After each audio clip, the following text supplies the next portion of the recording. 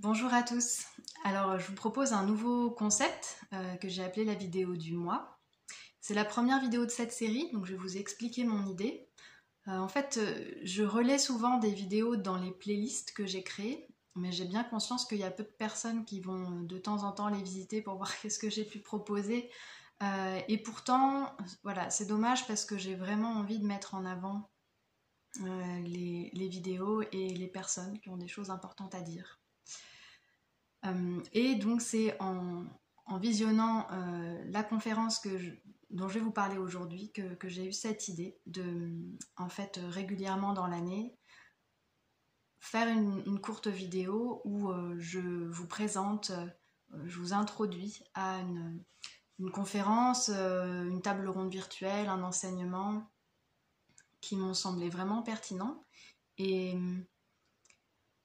j'apporterai moi à ce moment-là mon avis, ça peut être aussi des nuances ou alors le remettre dans le contexte de ma pratique.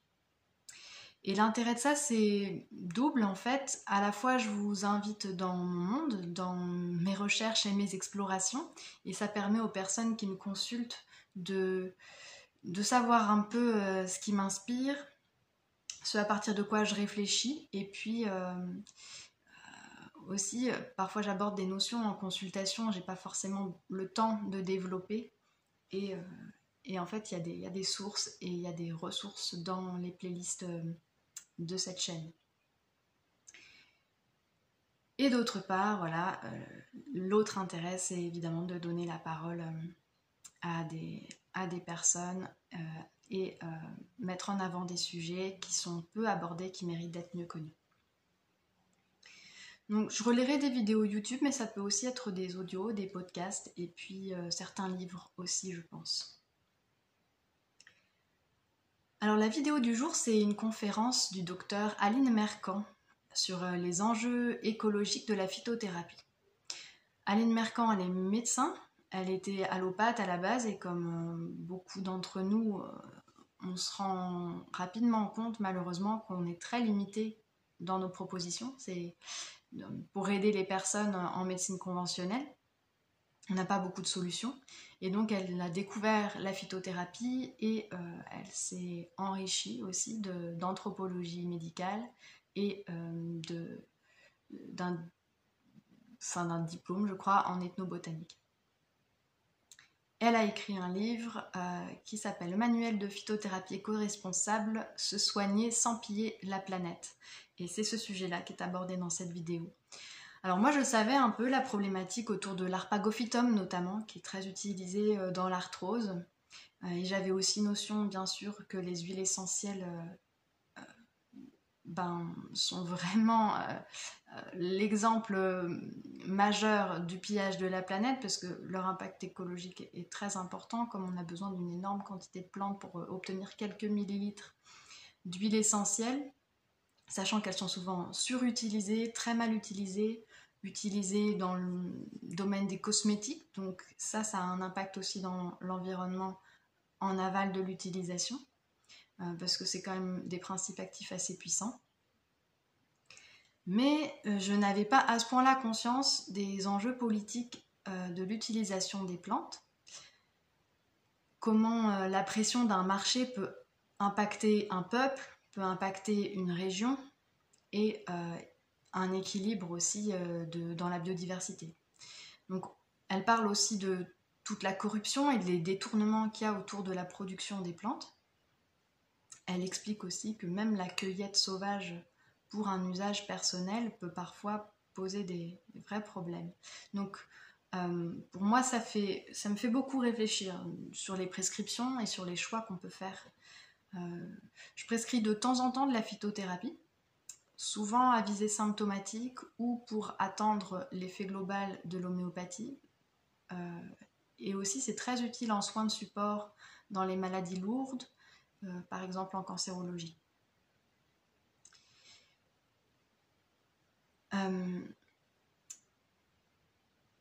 Ça me fait quand même réfléchir sur comment je peux limiter mes prescriptions à vraiment ce qui est utile, et pas juste de la pointe ou du symptomatique quand on peut quand on peut attendre ou quand on peut laisser le corps se réguler de lui-même. Et c'est aussi cette dimension écologique, moi, que j'aime dans l'homéopathie, et la raison pour laquelle j'ai vraiment envie de travailler, de préserver l'homéopathie et que je m'engage à ça. Je rappelle que l'homéopathie, ça n'est pas une médecine par les plantes du tout, et c'est ma médecine principale. Alors, à la fois parce qu'elle m'apparaît plus efficace que la phytothérapie, elle est plus holistique, elle est plus globale, au sens où elle cherche un équilibre profond de la force vitale, et c'est en équilibrant la force vitale qu'après le corps peut se réguler dans ses différents organes, dans ses différents systèmes et dans ses différents symptômes. Alors qu'à mon sens, la phytothérapie va viser soit un symptôme, soit un organe, soit un système, mais beaucoup moins l'aspect holistique du déséquilibre qui se traduit par la maladie. On peut être holistique en étant phytothérapeute, évidemment, parce qu'on va tenir compte de la psychologie de la personne, de son alimentation, elle en parle d'ailleurs, Aline Mercant, et on va tenir compte de l'ensemble des systèmes qui dysfonctionnent, mais le geste est très différent de celui de l'homéopathie. Et aussi, donc, j'aime l'homéopathie pour ce faible impact, parce qu'on a besoin de très peu de substances pour réaliser un médicament homéopathique, puisqu'il est extrêmement dilué. Et d'autant plus quand on fait le choix, comme moi, d'utiliser l'homéopathie uniciste. Bon, ça c'est une évidence parce que l'homéopathie est uniciste par essence. Et d'utiliser la dose liquide, donc de rediluer le médicament dans l'eau, ça permet d'utiliser encore moins de médicaments, pour une efficacité en fait plus importante. Et en pratiquant l'homéopathie, on s'affranchit aussi des laboratoires pharmaceutiques classiques et des gros laboratoires de compléments alimentaires. Et puis de la pression et des effets de mode, parce que autant il y a des effets de mode en phytothérapie, il n'y en a pas en homéopathie. Voilà, j'ai fait cet aparté sur l'homéopathie qui me semble important. Pour moi, c'est essentiel de cultiver ou de se tourner vers une médecine qui est adaptée à notre époque. Et l'homéopathie me semble plus adaptée à notre époque que la phytothérapie, et je vais expliquer un petit peu pourquoi. Je pense qu'il y a plusieurs siècles, les organismes étaient dans un état de réceptivité plus important et qui correspondait tout à fait à la médecine des plantes et des simples, qui était suffisante à ce moment-là pour apporter une information et pour permettre une transformation à l'intérieur de l'organisme. Aujourd'hui, je pense qu'on a besoin d'une médecine plus puissante où l'énergie elle est dynamisée, donc l'énergie des plantes, mais aussi des substances issues d'autres règnes en homéopathie, pour aller plus en profondeur. Voilà, c'est mon sentiment très personnel. Il y a plein de médecines géniales et évidemment, ce qui reste fondamental, le plus important, c'est de trouver la médecine qui correspond à notre culture, à notre contexte culturel et à notre personne et d'être en lien vraiment profond avec cette médecine.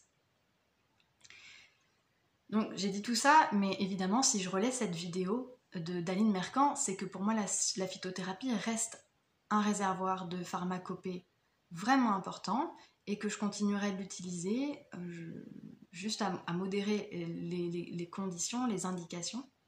Je vais faire personnellement plus attention. Et je conclurai en disant que finalement l'usage des plantes en médecine, ça nécessite une connaissance déjà approfondie de leurs propriétés et aussi de leur situation écologique. Et la présentation d'Aline Mercant nous permet de penser à utiliser des plantes de proximité à partir de préparations beaucoup plus simples que les huiles essentielles par exemple, comme l'infusion ou la teinture mère qui peuvent être plus efficaces, même si intuitivement on a l'impression que c'est beaucoup plus puissant les huiles essentielles. Donc on apprend dans cette vidéo que c'est peu utile de cultiver certaines plantes chez nous en dehors de leur biotope parce qu'elles ne vont pas avoir les mêmes propriétés. Et à l'inverse, il y a certaines plantes qui seraient intéressantes à avoir chez soi. Et elle raconte aussi que aller les chercher dans leur biotope sauvage, ça pose aussi évidemment des problèmes dans l'équilibre écologique. Donc la première vidéo que j'ai mis en lien, c'est la conférence dont je vous parle. La deuxième, c'est une interview. Donc ça reprend pas mal de notions de la conférence, mais il y a aussi d'autres exemples très parlants. Et d'autres exemples de plantes sur lesquelles qu'on peut continuer de consommer et d'autres qu'il faut éviter. Et la réflexion qu'on ouvre ici sur la phytothérapie, il faut bien sûr l'étendre aux compléments alimentaires au sens large et toutes les substances qui sont concentrées dans ces gélules que beaucoup de personnes consomment. Moi, je ne prescris pas beaucoup de compléments alimentaires. Voilà, j'essaye de réduire déjà beaucoup les indications, mais on peut se laisser imaginer toute la dimension éthique de ces produits-là, la provenance, la qualité qui ne sont pas toujours garanties. Voilà, bon, j'espère que ce nouveau concept, cette idée va vous plaire. Pour pouvoir la suivre, du coup, il faut s'abonner à la chaîne. Je ne publie pas très souvent des vidéos, mais en tout cas, ça me fait vraiment plaisir de partager tout ça, même avec quelques personnes, et de donner de la visibilité à des personnes que j'admire beaucoup. Voilà, je vous remercie et je vous dis à bientôt.